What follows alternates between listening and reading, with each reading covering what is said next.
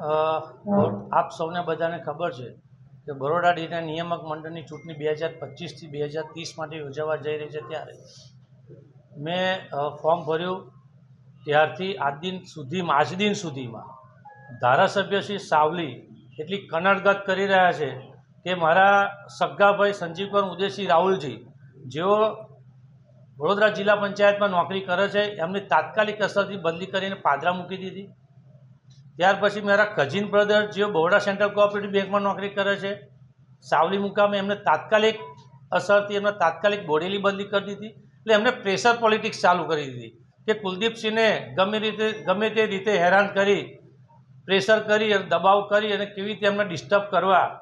પણ મતદારો મારી સાથે છે, મતદારોનો વિશ્વાસ કેળવેલો છે, કાયમ એમની સાથે કનેક્ટ રહેલો છું। મારા પ્રમુખ મંત્રી દૂધ ઉત્પાદકોનું કાયમ હિત કરતો આવ્યો છું। મને પૂરેપૂરો ભરોસો છે, ભરોસો નહીં ચોક્કસ એવું કહું કે 18 તારીખે મારા તરફી પરિણામ આવવાનું છે।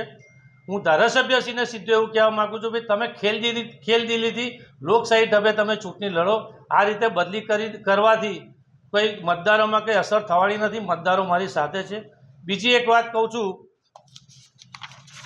કે ઓડિટની 10 તારીખે 10/3/2026ના દિવસે મને નોટિસ આપવામાં આવી। હું એવું કહું છું જિલ્લા રજિસ્ટ્રાર જે મંડળીના ડીઆર છે એમને હું કહેવા માગું છું કે વડોદરા જિલ્લામાં અને 4 ઝોનમાં જ્યારે ચૂંટણી થઈ રહી છે, 9 ઝોનની બિનહરીફ થઈ છે, તો સાવલી મારા 63 ઝોનમાં જ ક્યાં મંડળીની 25 મંડળીને નોટિસ આપવામાં આવી। તમે આજ દિન સુધીમાં જોયું છે કે 2021થી 2025 સુધી આજ દિન સુધી ઘણી બધી મંડળીઓ વડોદરા જિલ્લામાં હજુ પણ ઓડિટ થયેલી નથી। પણ ચાલુ વર્ષ 2025 સુધીનું ઓડિટ મારી મંડળીની વાત કરું તો 2021થી 31/3/2025 સુધીનું ઓડિટ થઈ ગયું છે, છતાં પણ 1/4/25થી 31/12/2025 સુધીનું ઓડિટની નોટિસ મોકલી। એટલે 9 મહિના માટેનું તમે ક્યારે એવું નહીં જોયું કે 9 મહિના માટેનું ઓડિટ માટે તાત્કાલિક નોટિસ બજાવવામાં આવે। એવી 25 મંડળીઓને તાત્કાલિક અસરથી નોટિસ બજાવી પ્રેશર પોલિટિક્સ કે ભાઈ મંત્રીઓને આ રીતે નોટિસ મોકલું, પ્રમુખને દબાવે, મતદારને દબાવે અને મતદાર મને મત આપે, પણ એ રીતે પ્રેશર પોલિટિક્સ કરવા જઈ રહ્યા છે। એટલે 25 મંડળીઓને નોટિસ આપી, પણ અધવચ્ચે ઓડિટ કેવી રીતે થાય? 1/4/2025થી 31 માર્ચ 2026 હજુ મહિનો બાકી છે, હજુ તો 20, 15, 17 દિવસ બાકી। અડધા વર્ષનું ઓડિટ કરી અને દબાવવાનો પ્રયત્ન કરે છે। મારી મંડળીની વાત કરું કે 10 તારીખે નોટિસ મળી, મેં એમનો જવાબ આપ્યો લેખિત કે ભાઈ મને નોટિસ આપો। ખરેખર કાયદામાં પ્રોવિઝન છે 84C માં, કાયદાની કલમ 84માં કે તમારે 7 દિવસ પહેલાં નોટિસ આપવી પડે કે ભાઈ 8 તારીખે અમે મંડળીમાં ઓડિટ કરવા માટે આવીએ છીએ તો તમારું દફતર તૈયાર રાખવું। એ દિવસે જ્યારે 10 તારીખે મને અધિકારીઓ ઓડિટ કરવા માટે મને ફોન આવ્યો, સવારે 10 વાગે મારી મંડળી પર આવ્યા, મેં લેખિતમાં જવાબ આપ્યો કે દફતર તૈયાર નથી તો તમે હું જ્યારે તૈયાર થશે હું આવતા મહિને બોલાવીશ। 4 વાગે ફરીથી ઓડિટર ઓફિસમાંથી ગાડી ફરી આવીને ઉભેલી, 6 વાગે પાછી મંડળી ખુલી તારે પણ ત્યાં ઊભા રહે, ફરી પાછી મેં એમને એક જવાબ આપ્યો। 10 તારીખે ગયા પછી 13 તારીખે ગઈકાલે સાંજે 4 વાગે મારી પર ફોન આવ્યો કે ક્યાં છો? અમે જપ્તીની નોટિસ લઈને આવ્યા, દફતરની જપ્તીની નોટિસ લઈને ગઈકાલે આવ્યા। મેં એમને એવું કીધું કે મંત્રી બહારગામ છે, હું પણ ગઈકાલે બરોડામાં ડેસરમાં નહોતો, મેં એમને કીધું બહારગામ છું, મંડળીના ચોપડા મંત્રી પાસે છે, મંત્રી આવ્યા પછી હું તમને આપી દઈશ। છતાં પણ એમને જપ્તીની નોટિસ કરી। ત્યારબાદ એ લોકો મામલતદાર ઓફિસે ગયા, મામલતદાર ઓફિસે જઈ અને પોલીસ સાથે રાત્રે 9 વાગે ફરીથી મારી વેજપુર દૂધ મંડળી ઉપર હાજર થયા। મને પાછો કોલ આવ્યો કે કુલદીપસિંહ અમારા ચોપડા તપાસ। મેં કીધું ચોપડાને મંડળીમાં છે નહીં, છતાં પણ મને એવું કીધું ભાઈ મંડળી ખોલાવો। મેં ટેસ્ટરને મોકલી અને મંડળી ખોલાવી, એમને ચેક કર્યું, એમને પંચનામું કરીને જતા રહ્યા। એ વાત પતી ગઈ રાત્રે 9 વાગે। રાત્રે 9 વાગ્યા પછી ફરીથી 13 તારીખ ગઈકાલે તમે વિચાર કરો કે સરકારી મશીનરીનો કેટલો દુરુપયોગ થઈ રહ્યો છે।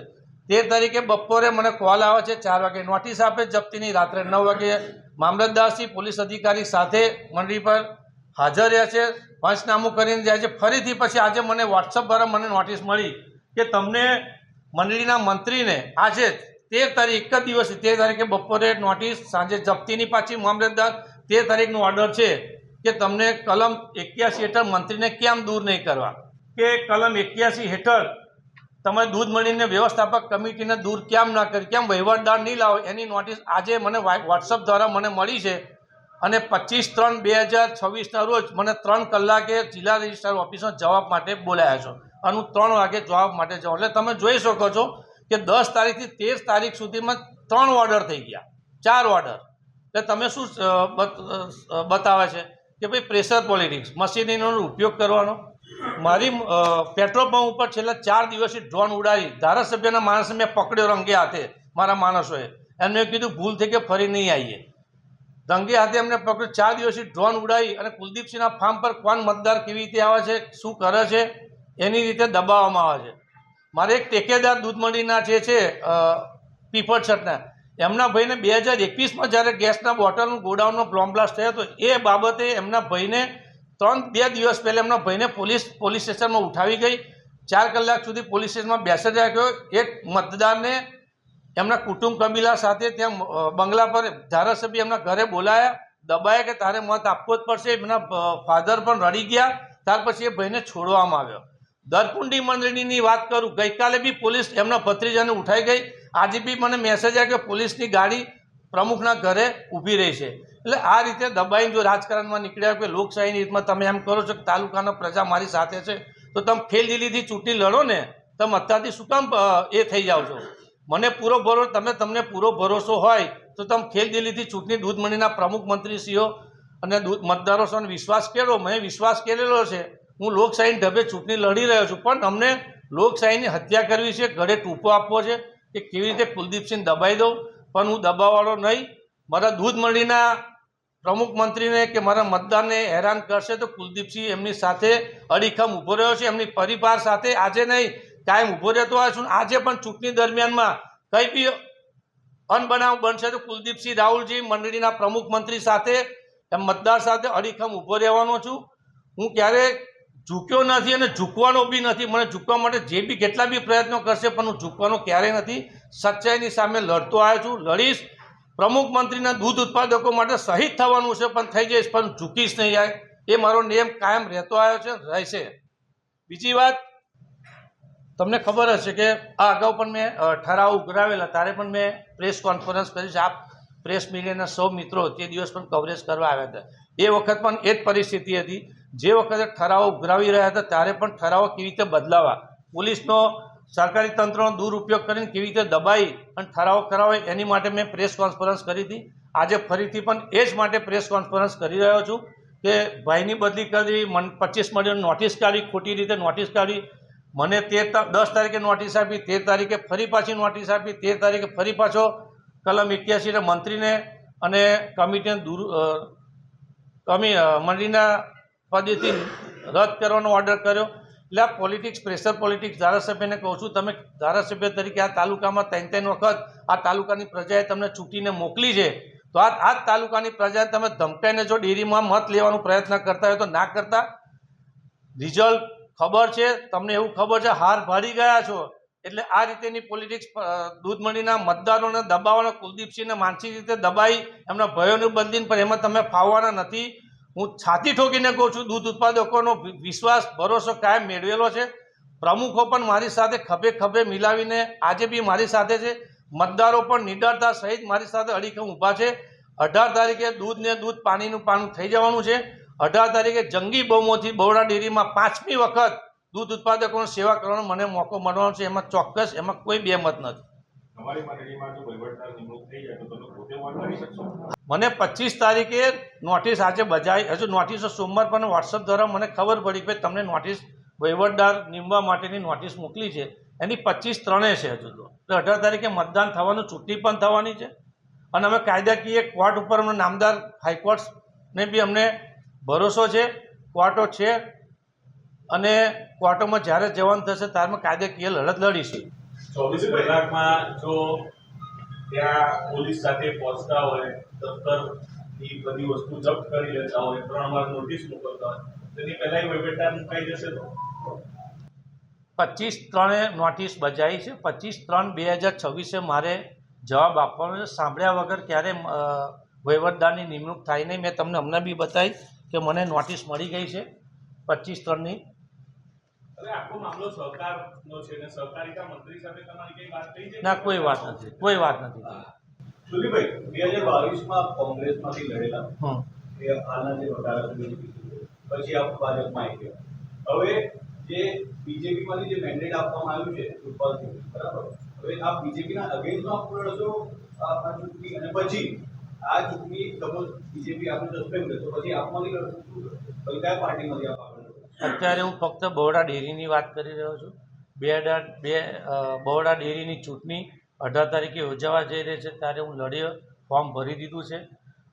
ચૂંટણી લડવાનો દરેકને લોકશાહીમાં અધિકાર છે. મારો અધિકાર છે કે બરોડા ડેરીના નિયામક મંડળની ચૂંટણી લડતો આવ્યો છું 2009થી, અને 2025માં પણ નિયામક મંડળનું ફોર્મ ભર્યું છે. 18 તારીખે વિજય રેલી નીકળવાની છે.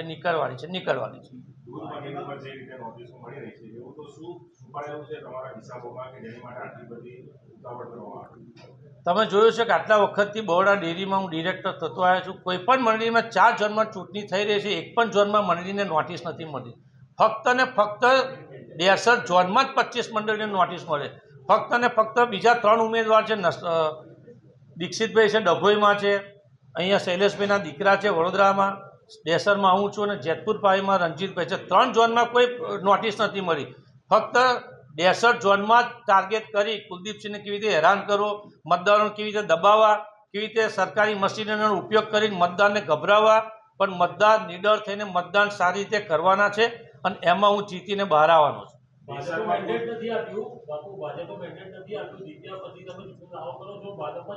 ડેરીમાં નિયામક મંડળની ચૂંટણીમાં ફોર્મ ભર્યું છે, જીતવાનો છે એ પછીની વાત છે. અત્યારે મારું લક્ષ્ય એક છે કે બરોડા ડેરીમાં ડિરેક્ટર પદે 18 તારીખે રંગે ચંગે જીતીને જવાનો છું. એ સમયે નિર્ણય કરીશું. અત્યારે 18 તારીખે મારે ડેરીની નિયામક મંડળની ચૂંટણી જીતવાની છે.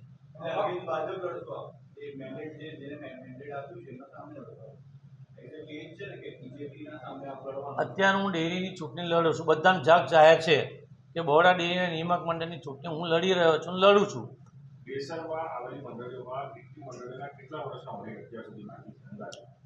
અંદાજે 82 મંડળી છે. મારા અંદાજે હજુ 25, 30, 40, 30, 35, 40 મંડળીઓના હજુ બી ઓડિટ નથી થયા.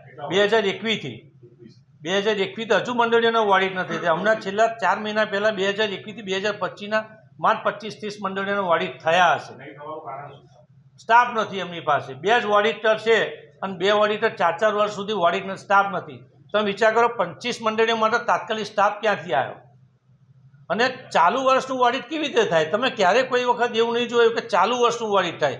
હમણાં તમે નોટિસમાં એવું લખ્યું છે 1/4/2025થી 31 ડિસેમ્બર 2025 સુધીનું અધવચ્ચેનું 9 મહિનાનું ઓડિટ. આજ દિન સુધી મેં નથી જોયું. આટલા વખતથી ડિરેક્ટર છું કે અધવચ્ચે મંડળીનું ઓડિટ થાય. વર્ષ પૂરું નથી થયું પહેલાં ઓડિટ કરવા થાય. ઘણી બધી મંડળીઓ છે.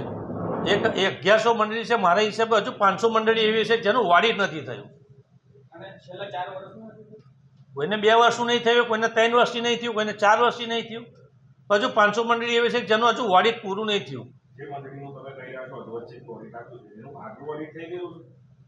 મારી મંડળીનું થઈ ગયું છે.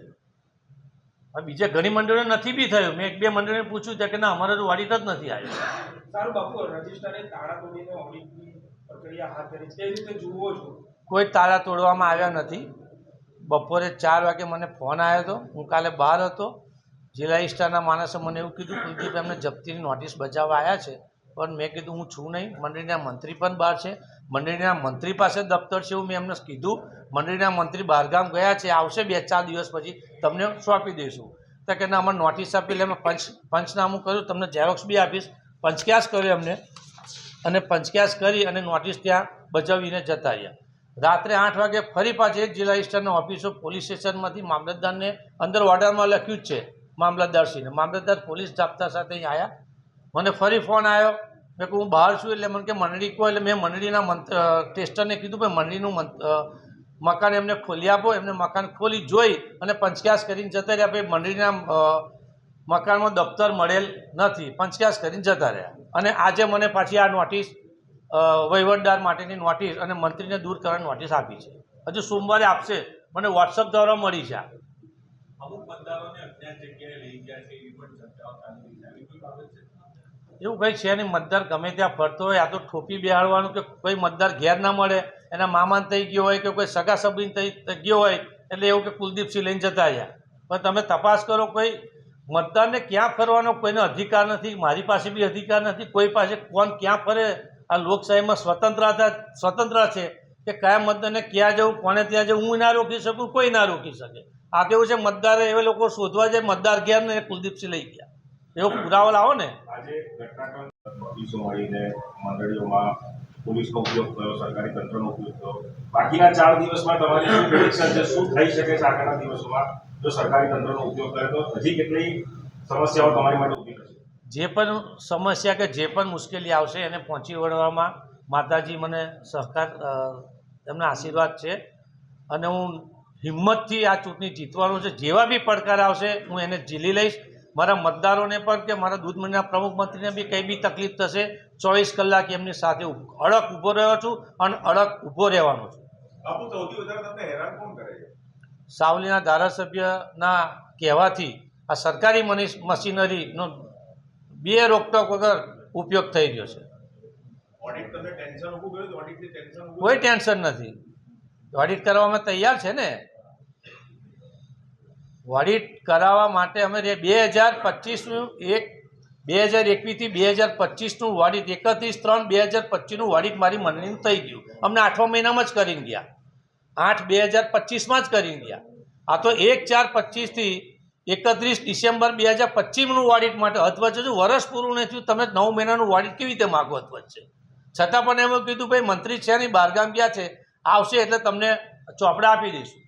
આપણે જે 4 વર્ષ ઓડિટના લીધા, કેટલા મંડળીઓની આવક વધી છે, કેટલા મંડળીઓ બંધ થઈ છે આપણી? મારી મંડળી, મારા વિસ્તારમાં 82 મંડળી અત્યારે ચાલુ છે. જે મંડળી બંધ થઈ છે એ ફક્ત દૂધના પુરવઠાના આધારે, એ મંડળીના લેટર પેડ એમને પણ લખીને આપ્યો છે કે ભાઈ અમારી મંડળીમાં દૂધનો પુરવઠો નથી તો અમારી મંડળી બંધ. દૂધના પુરવઠાના અભાવે મંડળી બંધ થઈ. કોઈ કુલદીપસિંહને કહેવાથી મંડળી બંધ નથી થઈ. હું તો દૂધ ઉત્પાદકોનું હિતે જ છું છે. તમે ગામના બે જે મંડળી બંધ છે એમને પૂછજો, માજી મંત્રીઓને, કે કુલદીપસિંહે તમને કેટલી વાર કીધું ભાઈ મંડળી ચાલુ કરો, પણ દૂધ ન હોવાથી લોકો એવું કહે છે દૂધનો પુરવઠો વધશે તમે મંડળી ચાલુ કરીશ.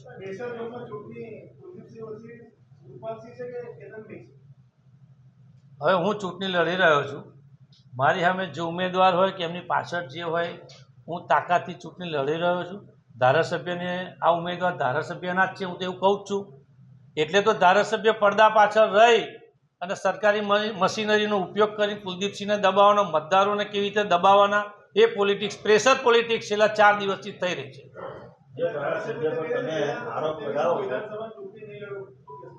હવે એમને પૂછો તો બેટર રહેશે, મારા હાથમાં તો છે ને. એ બોલ્યા છે ને એમને નિર્ણય કરવાનો છે.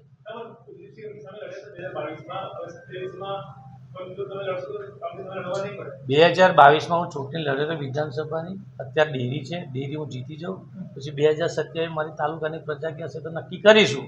જે ધારાસભ્ય તમને અત્યાર સુધીમાં બહુ 10 તારીખ 2 તારીખ બહુ પ્રેશર કર્યું, પરિવાર પર પણ પ્રેશર કર્યું, હા, જો 18 તારીખે કોઈ ગડબડ કરી શકે એવું તમને જોશે? ના, મને ચૂંટણી અધિકારી મેડમ દુબે સાહેબ પર પૂરેપૂરો ભરોસો છે.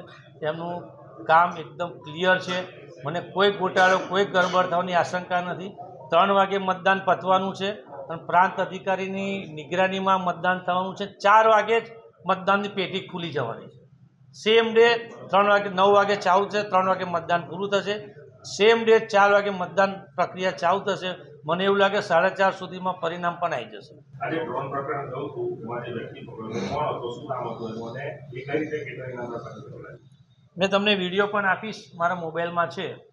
મેં પેટ્રોલ પંપ પર બેઠો હતો મારા ફાર્મ પર. મેં જોયું કે ભાઈ ડ્રોન 2 દિવસથી ફરે છે. એટલે મેં છોકરાઓને કીધું તમે જોવા જાઓ ક્યાંથી ઉડે છે. તો ત્યાં જઈ એમને જોયું તો સંદીપભાઈ જેસડિયા કે એક ન્યૂઝ ચેનલ ચલાવે છે, એમને અમે પકડે, એનો વિડીયો છે, તમને સાબિતી માટે અમને આપીશ. એમને અમને પકડે કે તમે આ પહેલી જ વખત ઉડાડી રહ્યો છો, કાલે હું નહોતો, પરમ દિવસ નહોતો, બાલાવાલા કરી અને નીકળી ગયા. અમે ડ્રોન લઈ લીધું હતું, પણ એમને મને રિક્વેસ્ટ કરી, ફોન આવ્યો કે ભાઈ મને આપીને હું ફરી નહીં આવું. તો છતાં પણ ત્રીજે દિવસ ફરી પણ પાછા આવ્યા હતા. એટલે અમને રંગે હાથ અમે પકડ્યા, તેનો વિડીયો પણ છે મારી પાસે. ના, એવું કંઈ બોલ્યા નથી. મેં એમને પકડ્યા, ડ્રોન લીધું, એમને રિક્વેસ્ટ કરી ડ્રોન પાછું આપી.